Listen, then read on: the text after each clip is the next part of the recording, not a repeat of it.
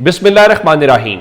लाखों करोड़ों दुरूदो सलाम मोहम्मद मुस्तफ़ा सल्लल्लाहु अलैहि वसल्लम और आले मोहम्मद पर। मैं हूं उमर दराज गोंदल।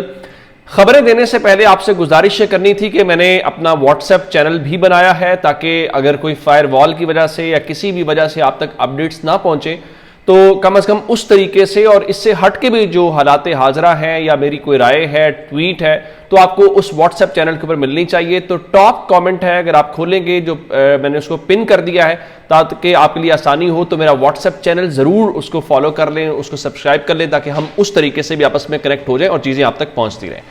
अब आगाज इस हवाले से कि पाकिस्तान के अंदर लग रहा है कि जो कहा जा रहा था कि आइंदा चंद महीनों के अंदर चीजें होंगी, वो बड़ी तेजी के साथ चीजें होती दिखाई दे रही हैं। अब कहा जा रहा है कि लिस्टें बन रही हैं, उसमें ब्यूरोक्रेट हैं, उसमें सियासतदान है, उसमें ठेकेदार है। किसी ने कहा कि इसका मतलब यह हुआ कि कहा जा रहा है कि 27वीं आईनी तरमीम करो, अगर 27वीं आईनी तरमीम नहीं करोगे तो फिर सब पकड़े जाओगे। गो के DGISPR ने 2 रोज पहले द इकोनॉमिस्ट के साथ बातचीत करते हुए कल कहा था कि फील्ड मार्शल का सदर बनने का कोई इरादा नहीं है। ये सारी बेबुनियाद बातें हैं, पहली बात। दूसरी बात, मोहसिन नकवी जब निगरान वजीर आला थे तो उस वक्त भी हमारे कुलीग फाज शहबाज ने उनसे पूछा था कि क्या यह बात दुरुस्त है कि आप झंग से इलेक्शन लड़ने वाले हैं, तो उन्होंने बड़े गुस्से का इजहार किया था। अब इतलात यह है कि ये जो तमाशा लगाया गया है नौशीन इफ्तिखार जो मुस्लिम लीग नून की हैं, जिन्होंने एक तहरीक जमा कराई कि वो देखे 40 दिन से जायद हो गए हैं, शेख वकास अकरम असेंबली में नहीं आ रहे, तो आप उनको डी सीट करें। हालांकि नवाज शरीफ का भी देखना चाहिए। तो अब अगर वो 40 दिन से ज्यादा नहीं पहुंच रहे तो इतलात हैं कि शायद उनको आपने वहां से डिस्क्वालीफाई करना है और मोहसिन नकवी को आपने जो है वो झंग से इलेक्शन लड़वाना है। अगर झंग से उनको इलेक्शन लड़वाना भी है तो फिर मुस्लिम लीग नून ने और पीपल्स पार्टी ने इसमें से हासिल वसूल क्या किया, या फिर 27वीं आनी तरमीम कर लें और 27वीं आनी तरमीम के जरिए खुद जो आपने 18वीं तरमीम का मेडल सजाया हुआ था वो रोल बैक हो जाएगी, बहुत कुछ हो जाएगा और आपके हाथ में पहले भी कुछ नहीं है और आपके हाथ से निकल जाएगा। और फिर नून लीग ने जो है वो कमाया क्या है, यही बात आज हमाद अजहर कर रहे थे। अच्छा, हमाद अजहर से याद आया कि हल्का NA 129 जो लाहौर है उसमें आप जानते हैं कि कागजात नामजदगी पीपल्स पार्टी ने, नून लीग ने और सब ने जमा करवाए थे। तो कुल 27 उम्मीदवार हैं जिन्होंने अपने कागजात नामजदगी जमा करवाए हैं। हमाद अजहर के भी कागजात नामजदगी हैं और यहां पे चूंकि पाकिस्तान तहरीक इंसाफ हिस्सा ले रही है, ये वो सीट है जहां पे कोई डिस्क्वालीफाई नहीं हुआ था, मियां अजहर साहब का इंतकाल हुआ था। और जहां तक ये बात है कि आप बायकॉट करेंगे, मैं आपको बताना है उस हवाले से चाह रहा था, फिर मैं हमाद अजहर की बात बताता हूं। बायकॉट को लेकर इमरान खान साहब ने कल भी अपने उसके अंदर कहा है, ट्वीट के अंदर, कि वो हिस्सा नहीं लेंगे।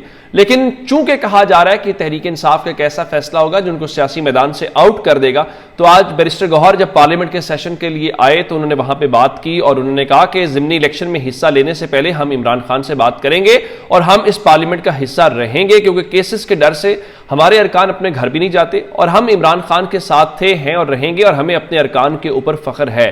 तो उनका मैदान को खाली बिल्कुल नहीं छोड़ रहे। हम खान साहब से मुलाकात करेंगे और उनसे ज़िमनी इलेक्शन के हवाले से बात करेंगे चूंकि हमने स्टे करना है। तो खैर, वो हमाद अजहर ये कह रहे थे कि नून लीग ने वोट को इज्जत दो का नारा लगाया और नारा लगाने के बाद अवाम को धोखा दिया, मगर जब वक्त आया तो उस बयानिए को छोड़कर समझौता किया और इक्तदार मिल गया। लेकिन आज 17 निशस्तों वाली नून लीग जो है वो अवामी हिमायत खो चुकी है और जल्द इक्तदार भी हाथ से निकल जाएगा। अब ये जो इक्तदार निकलने वाली बात है कि क्या वाकई ही ये जो नाअहलियां हैं ये सिर्फ तहरीक इंसाफ की होंगी, चले उमर अयूब को लेकर या शिबली फराज को, बाकी सबको तो आप कर ही रहे हैं। कल पेशावर हाई कोर्ट ने ऑर्डर दिया तो आज इलेक्शन कमीशन ने उमर अयूब साहब की जो डिस्क्वालिफिकेशन है उसको लेकर 12 अगस्त तक उनकी तारीख मुकर्रर कर दी है। तो चलें, अगर उधर से नहीं होंगे तो शायद इधर से डिस्क्वालीफाई कर लेंगे। लेकिन इसके बीच में कुछ और इंपॉर्टेंट डेवलपमेंट्स भी हैं जो इलाकाई तौर पे है। और आप जानते हैं कि पिछले दिनों पाकिस्तान के जो आर्मी चीफ हैं वो चीन गए हुए थे। अब मोदी जो है वो 7 साल में पहली बार चीन का दौरा करेगा और आप जानते हैं कि चीन और इंडिया के दरमियान कितनी कशीदगी थी, लेकिन उसके बावजूद अगर वो दौरा कर रहे हैं तो अच्छी बात है। लेकिन पाकिस्तान के जनरल साहब फिर जा रहे हैं। जनरल साहब से मुराद आर्मी चीफ है, फील्ड मार्शल हैं। वो कहां पे जा रहे हैं? वो अमेरिका जा रहे हैं।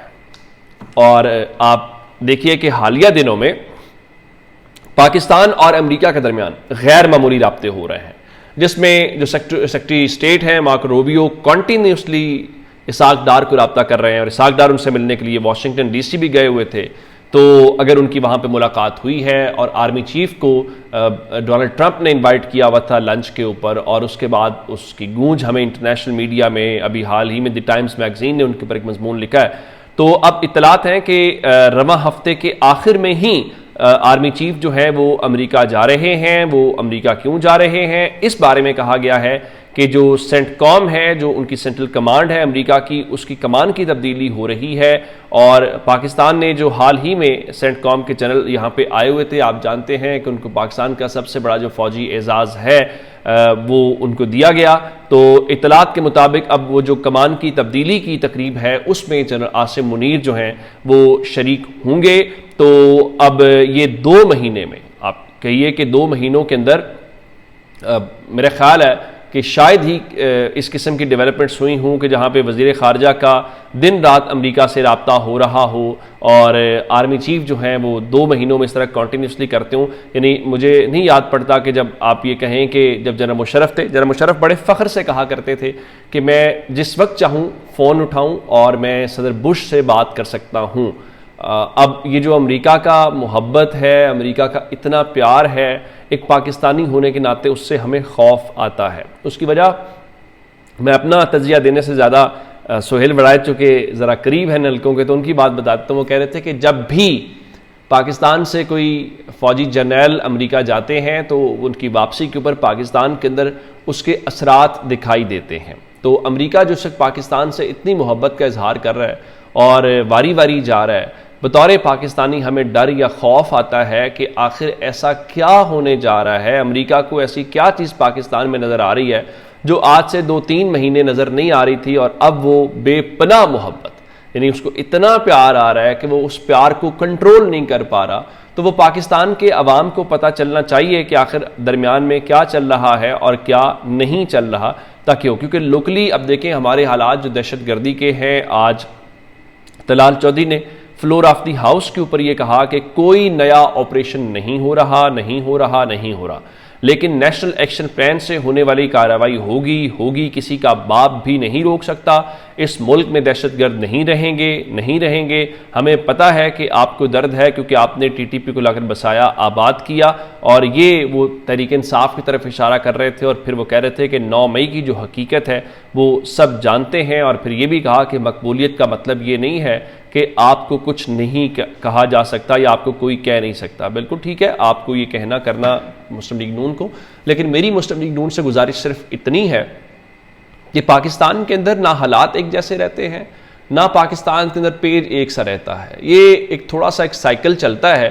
उस साइकिल में एक वक्त में तहरीक इंसाफ को भी लगता था कि हम 10 साल स्टे करेंगे, फिर हालात बदले, वही तहरीक इंसाफ इक़्तिदार से बाहर आई, फिर उस तहरीक इंसाफ का बयानिया या जो सूरत हाल है वो बिल्कुल मुख्तलिफ हमें दिखाई दी। तो आज मुस्लिम लीग नून भी बहुत वफादारी में आगे चल रही है। तो लगता ही है कि हमारी हुकूमत ख़त्म नहीं होगी, हमारा 1 पेज ख़त्म नहीं होगा। ये एक गलत फहमी होती है। मेरा ख्याल है मुस्लिम लीग नून की भी बहुत जल्द हो जाएगी। जैसा कि वो शेर अफजल मरवत कह रहे थे जी, 9 मई के बाद ये पहला एहतजाज था, यानी 5 अगस्त वाला, जिसमें मैं नहीं था तो वो नाकाम हो गया। तो उनके मुताबिक 14 अगस्त के बाद को भी कोई एहतजाज नज़र नहीं आ रहा। मरवत साहब बिल्कुल ठीक है, आपका ये हक़ है और आप जो मर्ज़ी कहें, लेकिन ये जो मैं है ना, आप अच्छे भले एक मकबूल लीडर तहरीक इंसाफ के बन गए थे और आपको एक बड़ी इज़्ज़त मिली, लेकिन आपको वो जो मैं है मरवा गई है, और आप अभी भी उसी मैं के हिसार में फंसे हुए हैं। अपना बहुत सारा ख्याल रखिएगा। खुदा हाफिज़।